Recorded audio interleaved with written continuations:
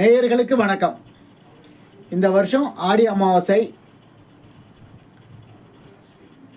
வர ஆடி மாதம் 27ஆம் தேதி 12/8/2026 புதன்கிழமை அன்னைக்கு இரவு 12 மணி 9 நிமிஷம் வரைக்கும் இருக்குது.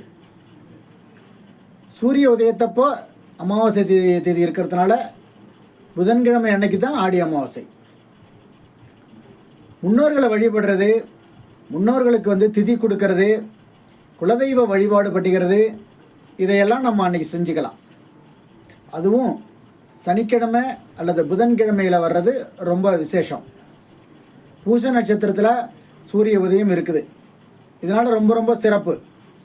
ஆற்றங்கரையிலேயோ அல்லது கடற்கரையிலேயோ சூரிய உதயத்திலிருந்து திதி கொடுக்கறது ரொம்ப ரொம்ப நல்லது. வேதாரண்யம் அல்லது ராமேஸ்வரம் போன்ற புண்ணிய இடங்களில் திதி கொடுக்கறது ரொம்ப ரொம்ப புண்ணியமானது.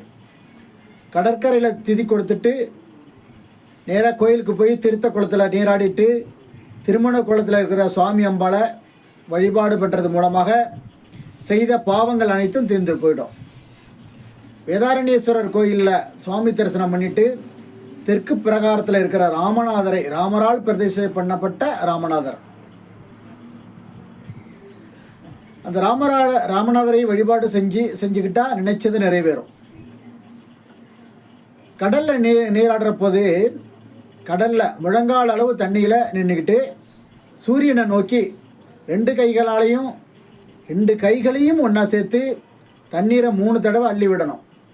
இதுக்கு அர்க்கியம் விடுதல் அப்படின்னு பேர். ஜாதகத்தில் 5ஆம் இடத்துல ராகு அல்லது கேது இருந்தால் அதற்கு பித்திருதோஷம் அப்படின்னு பேர். இதுக்கு ஆடி அமாவாசை அன்னைக்கு முன்னோர்களை வழிபாடு பண்ணிக்கணும். தன்கிட்ட இருக்கக்கூடியதை பிறருக்கும் கொடுத்து சாப்பிடணும் அப்படிங்கிற நினைக்கிற ஒரே ஜீவன் காகம் மட்டும்தான்.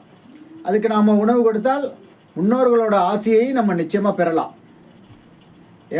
எமலோகத்தோடைய வாசலில் காகங்கள் காவல் காக்கிறதுனால அது யமனோட தூதர்கள் அப்படின்னு நம்ம சொல்கிறோம். முன்னோர்களை வழிபாடு செஞ்சு வாழ்வில் எல்லா வளமும் நலமும் பெற வாழ்த்துகிறேன். நன்றி, வணக்கம்.